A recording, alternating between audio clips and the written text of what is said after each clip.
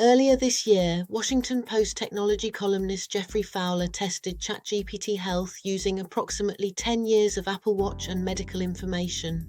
He gave the system access to millions of recorded steps and heartbeat measurements and asked it to grade his cardiovascular health.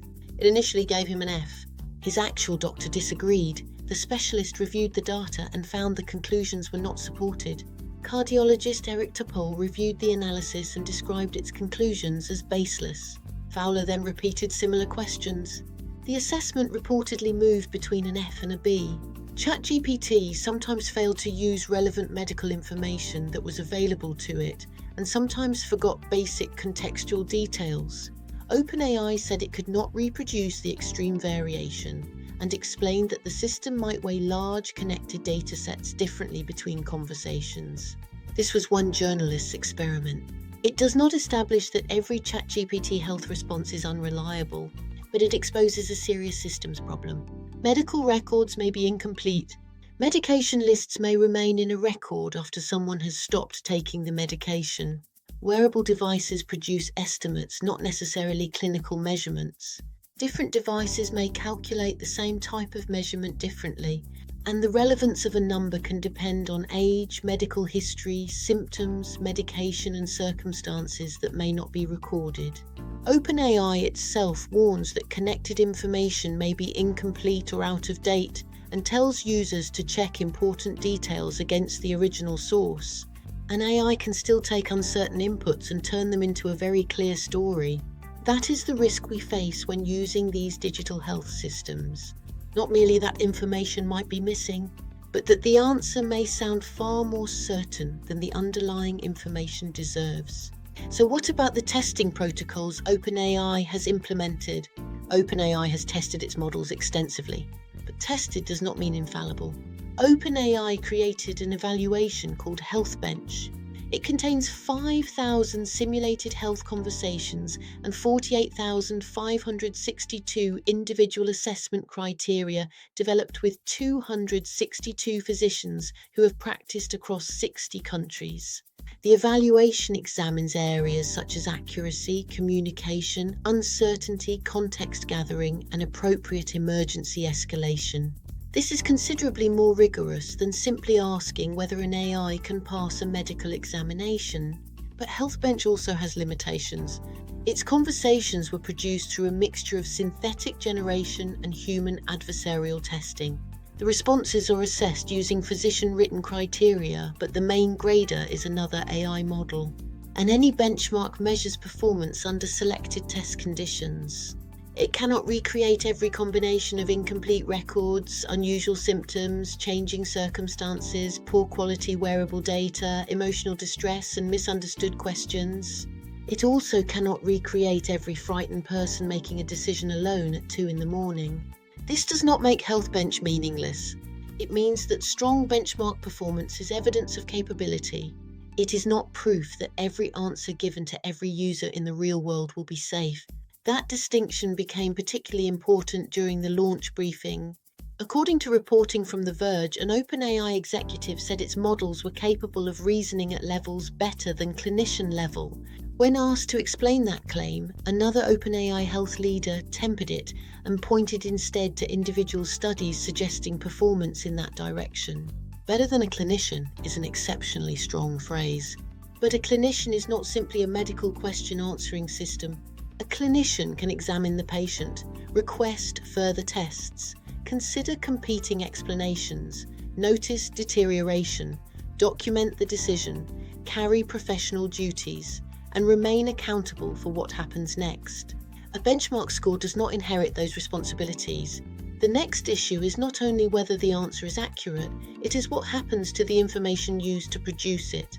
One day before OpenAI expanded access to health in ChatGPT, a Florida pastor sued the company. He alleges that an earlier version of ChatGPT played down serious symptoms, advised him to limit his movement, and discouraged him from seeking medical treatment. He was later admitted to hospital with a life-threatening pulmonary embolism. The allegations have not been proven, and OpenAI says ChatGPT should never replace professional medical care. But the timing matters, because the following day, OpenAI began a much wider rollout of a system that can connect directly to your medical records, your laboratory results, your medications, your clinical notes, your sleep and activity data. It can compare an old test with a new one, identify what has changed, and give you a personalized explanation of what that change might mean. So here is the question at the center of this video. When an AI reads your medical history and gives you a confident answer, who checks whether that answer is safe? This is not another argument about whether AI is good or bad.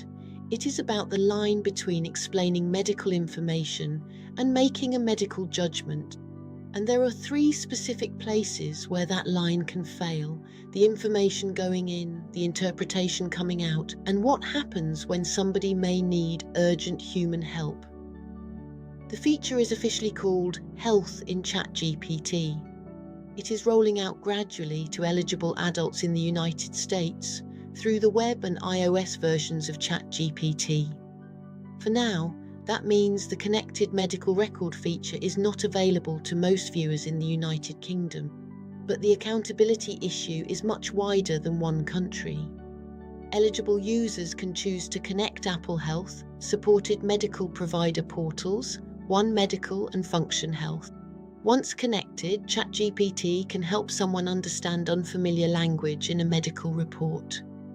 Compare a recent laboratory result with an earlier one. Summarize what has changed since an appointment. Organize a complicated medical history. Explore changes in sleep, activity, and exercise, and prepare questions for a healthcare professional. Medical information is often scattered across hospital portals, letters, test results, wearable devices, and conversations that patients may only partly remember. A tool that turns that fragmented history into a clear timeline could help people understand their care and communicate more effectively with clinicians. OpenAI says more than 300 million people now turn to ChatGPT with health-related questions every week. The demand already exists. This feature gives the system far more personal context with which to answer those questions, and that is where its usefulness increases, but so does its influence. OpenAI is explicit about the intended boundary. Health in ChatGPT is designed to support medical care, not replace it. It is not intended to diagnose illness or provide treatment. For urgent symptoms, OpenAI tells users to seek immediate professional help. That sounds clear. But now consider the experience from the user's side. A person connects several years of medical records. They then ask the most natural question possible: what does this mean for me? That no longer feels like reading a general health article. It feels like being assessed.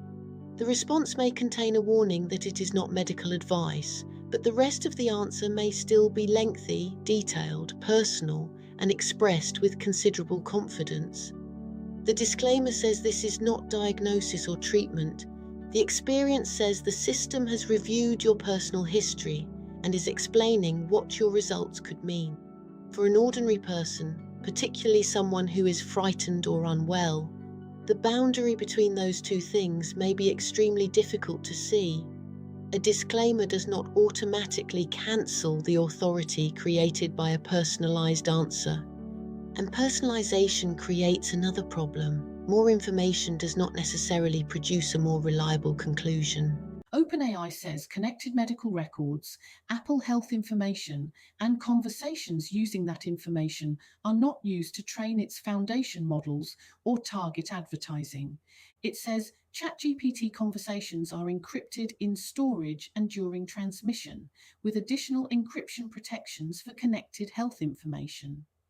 By default, ChatGPT asks permission before using connected health information to personalize an answer. Users can disconnect a source at any time. OpenAI says information synchronized from that source will then be deleted from its systems within 30 days. But information already included in someone's ChatGPT conversation history remains until those conversations are separately deleted. Those are meaningful protections.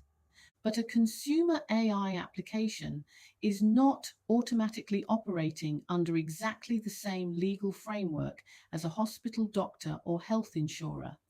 OpenAI's own help documentation says the consumer health feature is not intended for clinical or HIPAA-covered use.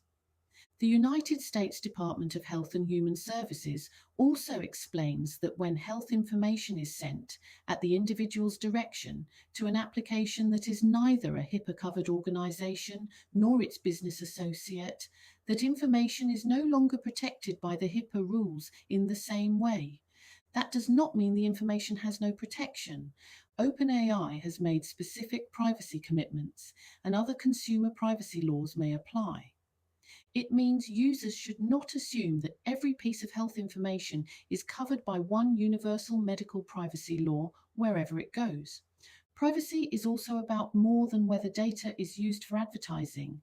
It includes who can access it, which connected services receive it, how many copies remain, how long those copies are retained, whether incorrect information can be corrected, and whether the user genuinely understood what they authorized when they pressed connect. But even perfect privacy would not solve the central safety problem. For that, we need human checkpoints. When an AI comments on personal health information, check three things. The first is the input. Are the records complete? Are they current? Do they belong to the correct person? Has a medication been stopped but remained on the list? Is an important test missing? Is the wearable measurement a clinical reading or only an estimate? An AI cannot reliably compensate for information it does not know is missing. The second checkpoint is interpretation. Is the system explaining information already in the record, or has it quietly moved into diagnosis, risk scoring, or treatment advice? Watch for language that presents one possible explanation as though it were the only conclusion. Also, watch for recommendations that appear precise but are not linked to a clearly identified source or clinical assessment. The third checkpoint is escalation. Does the system recognize when the conversation has moved beyond information and into possible danger? When symptoms may require urgent assessment, does it clearly tell the person to stop relying on the conversation and contact appropriate professional or emergency services? Or does it continue producing increasingly detailed answers that keep the person engaged? These are not abstract technical issues. They determine whether the AI supports a human decision or delays one. Telling users to verify important information is necessary, but the user cannot be the only safety mechanism. A person asking a health question may be frightened, exhausted, in pain, or unable to judge whether an answer is medically plausible. That is exactly when a confident automated answer may carry the most influence. Health in ChatGPT could become a valuable medical organizer. It may help people understand difficult terminology, prepare for appointments, find missing information, track changes, and ask better questions. Those are credible and useful applications. The risk begins when convenience is mistaken for clinical authority. The most important question is not whether ChatGPT knows a great deal about medicine. The question is whether it can reliably recognize when the information is incomplete, when its own answer is unstable, when the situation requires professional judgment, and when it must stop answering and direct the person towards immediate human help. Because once an AI can read the medical file, the final safeguard cannot simply be a disclaimer underneath the answer.